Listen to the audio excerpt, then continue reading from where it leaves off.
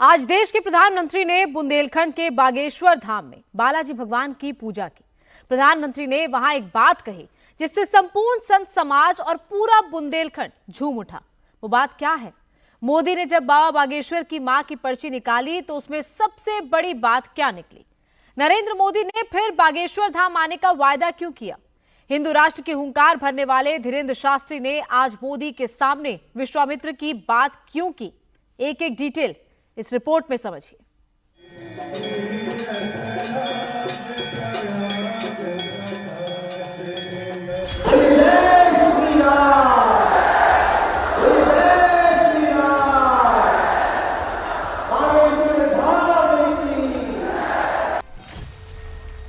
यही बाबा बागेश्वर का जादू है, यही धीरेन्द्र शास्त्री का चमत्कार है। मेरे छोटे भाई धीरेन्द्र शास्त्री जी, धीरेन्द्र शास्त्री कुछ साल में कहां से कहां पहुंच गए। नरेंद्र मोदी ने उन्हें अपना छोटा भाई मान लिया। देश के प्रधानमंत्री भी उनकी पर्ची वाली विद्या के मुरीद हो गए। क्या ये धीरेन्द्र शास्त्री अकेले ही पर्ची निकालेंगे कि मैं निकाल पाऊंगा?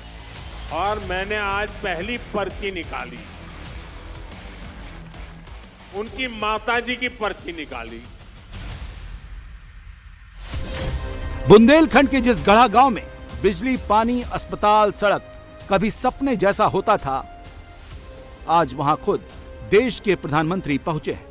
हिंदू राष्ट्र के पोस्टर बॉय धीरेन्द्र शास्त्री के dream project Balaji cancer institute of research centre का शिलान्यास करने।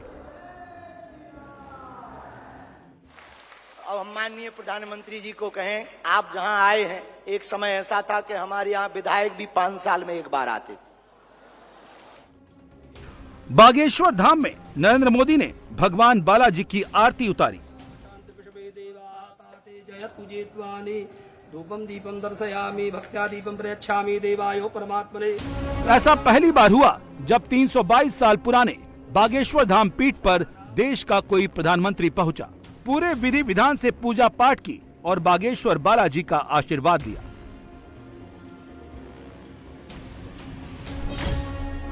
प्रधानमंत्री मोदी जिन धीरेन्द्र शास्त्री के कहने पर बुंदेलखंड के छोटे से गांव आए, वो सिर्फ 28 साल के हैं। बीते 5 साल में अपनी राम कथा से उन्होंने देश विदेश में लाखों भक्त बनाए हैं। हिंदुत्व और हिंदू राष्ट्र पर जब बाबा बागेश्वर ने खुलकर बोलना शुरू किया तो उनकी ख्याति घर घर तक पहुंच गई।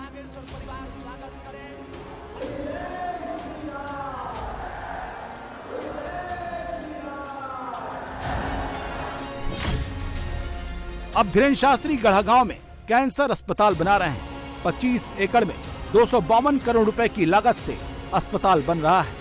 अस्पताल का काम 3 साल में पूरा होगा और पहले फेज में 100 बेड का अस्पताल तैयार हो जाएगा। इसका फायदा यूपी और एमपी में फैले बुंदेलखंड के करीब 20 जिलों को मिलेगा। इस अस्पताल में एक वार्ड प्रधानमंत्री मोदी की माताजी हीराबेन मोदी के नाम पर रखा जाएगा। इसका वादा खुले मन से धीरेन्द्र शास्त्री ने किया। साथ में उन्होंने 3 साल बाद कैंसर अस्पताल के उद्घाटन का वादा भी मोदी जी से ले लिया। हम आपको निवेदन करें, अतिशयोक्ति हो जाए तो क्षमा करना। हमारे ब्याह में भले ही नहीं आप आइयो, पर उद्घाटन में अगर समय मिल जाए तो आप पहुंचे। माननीय प्रधानमंत्री जी अभी जब माताजी को मिल रहे थे तो हमारी माताजी से कह रहे थे, हम तुम्हारी माताजी पर्ची खोल रहे। और माताजी से बोले, अब तुम्हारे मन में ये चल रहा है कि ब्याह हो जाए। उस वक्त तो हम नहीं कह पाए, तो हम कहेंगे हमारी बारात में आप भले ना।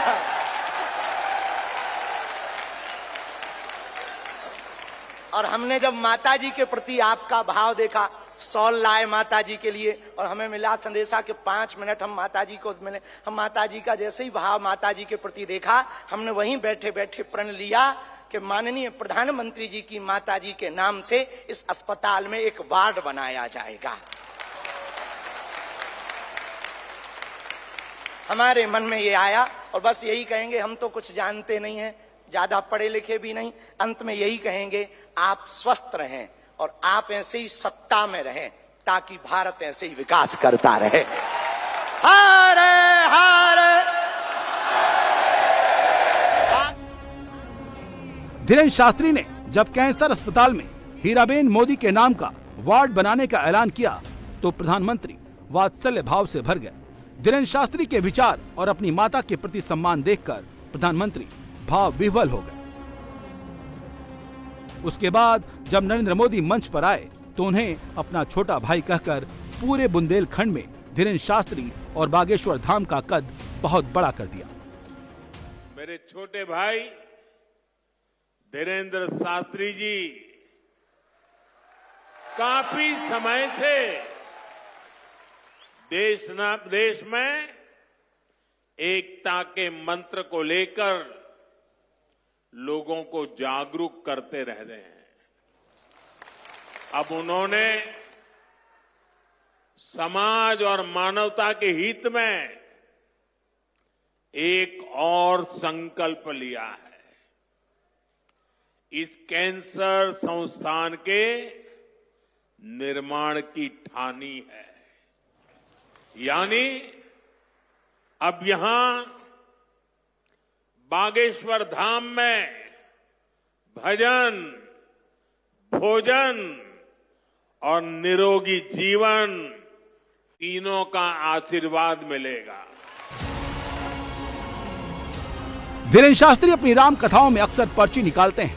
प्रधानमंत्री ने आज उनकी माताजी की पर्ची निकाली और पर्ची में क्या निकला ये खुद प्रधानमंत्री ने बताया। उन्होंने वादा भी किया कि वो धीरेन्द्र शास्त्री के कैंसर अस्पताल और उनकी बारात में भी जरूर आएंगे। ये सुनकर बागेश्वर बाबा कृतज्ञता से भर गए। और आज मैं हनुमान दादा के चरणों में आया तो मुझे लगा कि ये धीरेन्द्र शास्त्री अकेले ही पर्ची निकालेंगे कि मैं निकाल पाऊंगा। और मैंने आज पहली पर्ची निकाली, उनकी माताजी की पर्ची निकाली और जिसकी बात शास्त्री जी ने बता दी आपको। खैर साथियों, ये बहुत बड़ा अवसर है, बहुत बड़ा काम है। संकल्प बड़ा हो, संतों के आशीर्वाद हो, प्रभु की कृपा हो तो समय सीमा में सब पूर्ण होता है। और आपने कहा है कि इसके उद्घाटन के लिए मैं आऊं, दूसरा कहा है कि उनकी बारात में मैं आऊं। मैं आज सार्वजनिक रूप से वादा करता हूं, दोनों काम कर दूंगा।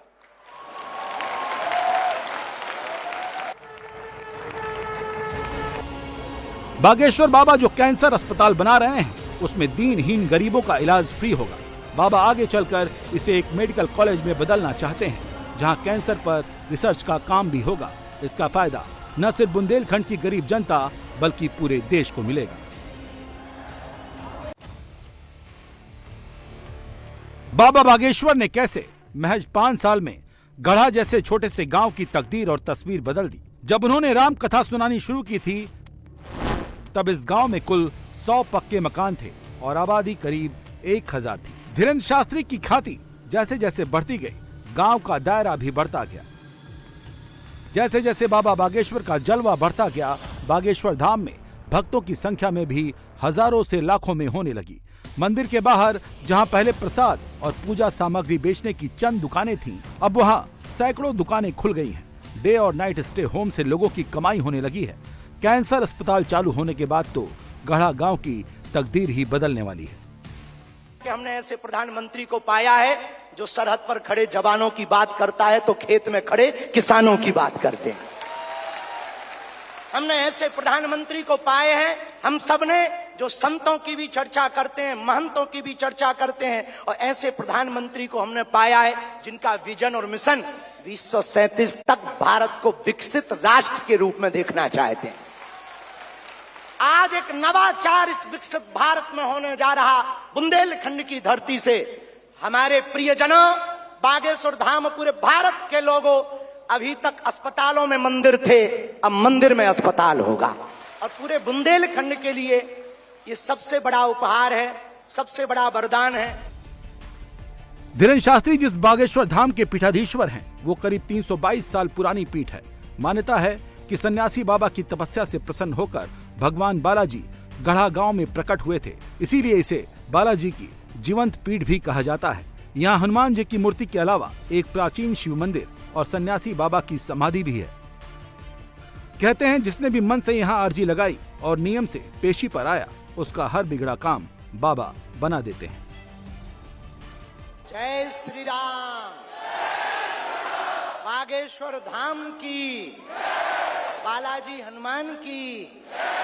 पावन तीर्थ बागेश्वर धाम बुंदेलखंड की वो भूमि जो वीरों की भूमि है, हीरों की भूमि है, संतों की भूमि है, महंतों की भूमि है। और एक अनूठा पल बुंदेलखंड के इतिहास में आया है कि परम पूज्यपाद एक तरफ संत भगवान व्यासपीठ के महापुरुष विराजमान है, तो दूसरी तरफ विश्व के सबसे लोकप्रिय नेता, भारत के यशस्वी माननीय प्रधानमंत्री जी विराजमान।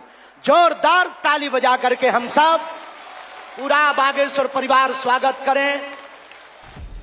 धीरेन्द्र शास्त्री के परिवार की कई पीढ़ियां बागेश्वर धाम में भगवान बालाजी की उपासना करती रही हैं। उन्हें दीक्षा उनके दादा गुरु ने दी थी। उसी वक्त दादा गुरु ने वादा लिया था कि वो बड़े होकर परमार्थ और जनसेवा के काम करेंगे। धीरेन्द्र शास्त्री उसी राह पर आगे बढ़ रहे हैं। राम कथा और दान से मिलने वाला पैसा अब गरीबों की सेवा में समर्पित कर रहे हैं। छोटे से गांव गड़ा में आए हैं, ऐसे प्रधानमंत्री मिलना मुश्किल है जो गाय की बात करते, गंगा की बात करते तो गरीबों की भी बात करते हैं। ऐसे प्रधानमंत्री जी मिलना बहुत कठिन है जिनको जो दल से नहीं दिल से देश की सेवा करते हैं। ऐसे प्रधानमंत्री जी हम सबको मिले हैं कि हम बहुत गर्व के साथ कह सकते, दीदी मां भी विराजमान है, 500 साल की सनातनियों की लड़ाई को उन्होंने ऐसे जीत करके बता दिया। लोग कहते थे परंदा पर नहीं मारेगा, उन्होंने राम लला को भव्यता के साथ बैठा दिया। धीरेन्द्र शास्त्री 5 साल में हिंदू राष्ट्र के पोस्टर बॉय बन चुके हैं। 1 करोड़ हिंदुओं को कट्टर सनातनी बनाने के मिशन पर चल रहे हैं। काशी और मथुरा पर उनकी लाइन बिल्कुल क्लियर है। अब उन्होंने एक नई लाइन दे दी है, विश्वामित्र का देश दुनिया में विश्वामित्र की भूमिका निभाए। कल तक जो पिछली पंक्तियों में भारत को खड़ा किया जाता था, आज रेड कारपेट बिछा करके पूरा विश्व स्वागत कर रहा हो। बुरा ना मानना, हम बात को विराम करने के पहले कह दें, यूक्रेन वाले पुतिन से बात नहीं होती, पुतिन बात की ट्रंप से नहीं होती, लेकिन एक अपने प्रधानमंत्री जी हैं जो तीनों से कर लेते हैं। और अद्भुत ये देखना, ये विश्वामित्र भारत है हमारा, जो वर्तमान में विश्वामित्र की भूमिका निभा रहा। और अद्भुत देखना, गड़ा गांव बागेश्वर धाम सन्यासी बाबा की तपोभूमि पर आ गए तो भैया आपने अपने माननीय प्रधानमंत्री जी ने अपने विजन और मिशन से चांद पर भी तिरंगा फहरा दिया। अब हम माननीय प्रधानमंत्री जी को कहें, आप जहां आए हैं, एक समय ऐसा था कि हमारे यहां विधायक भी 5 साल में एक बार आते थे। धीरेन्द्र शास्त्री के प्रयासों से बागेश्वर धाम अब सनातन के नए तीर्थ के तौर पर तेजी से उभर रहा है। बागेश्वर धाम की, बागेश्वर धाम की, बालाजी महाराज की। ये 27 वर्ष का एक नौजवान तापस कुमार जब आता है इस गांव में, लोगों ने कहा ये क्या करेगा, ऐसे ही है, वैसा है, वैसा है। मैं आपसे कहना चाहता हूं, आयु पर मत जाइए, आयु पर मत जाइए। जो उनको आशीर्वाद मिले हैं संतों के, जो उनको तपस्या मिली है सन्यासी बाबा की, जो उनको आशीर्वाद मिला है पूज्य महाराज श्री का, संतों का साथ मिला है। और मैं आपको इससे ज्यादा और क्या होगा, जिस आंगन में भारत के प्रधानमंत्री आ जाए वो भी किसी तपस्वी से कम नहीं है। मैं तो कहना चाहता हूं, ये भारत का सौभाग्य है कि भारत के पास ऐसे यशस्वी तपस्वी प्रधानमंत्री है। कभी कभी मुझे एक गीत याद आता है, मैं बहुत बच्चा था तब मैंने सुना था, कभी कभी मेरे दिल में ख्याल